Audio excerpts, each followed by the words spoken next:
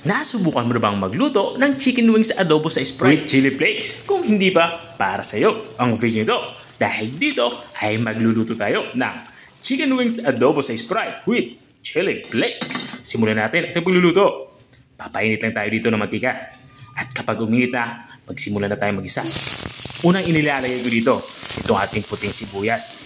Pero pwede kayong gumamit dito ng puting sibuyas. Walang problema yan.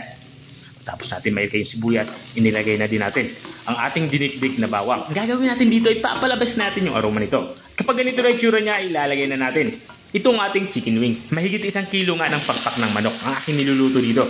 Ang gagawin lang natin dito ay igigisa natin to o isasangkot siya natin to hanggang sa magkulay light brown ang kulay nito. Katulad na nakikita nyo. At kapag ganito na yung tsura ng ating nilulutong pakpak ng manok ay maglalagay na tayo dito ng mga pampalasa. Naglalagay nga ako dito ng soy sauce.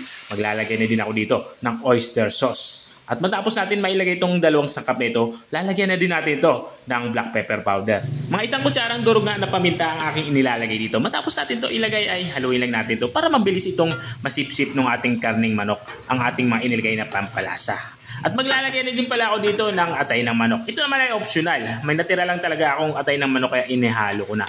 Pantadag ulam lang din ba?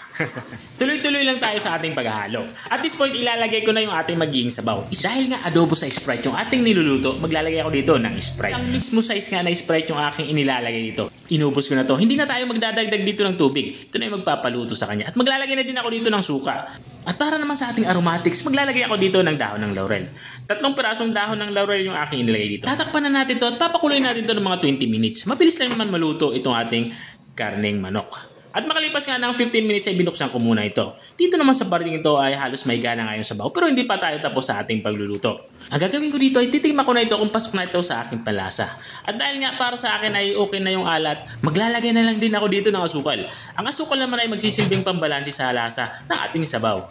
At kung nanonood ka pa rin hanggang dito sa parte ng aking video, ibig sabihin na interesado ka sa aking niluluto. Baka pwede mo na may comment kung taga-saan ka para alam ko kung hanggang saan umabot ang aking video.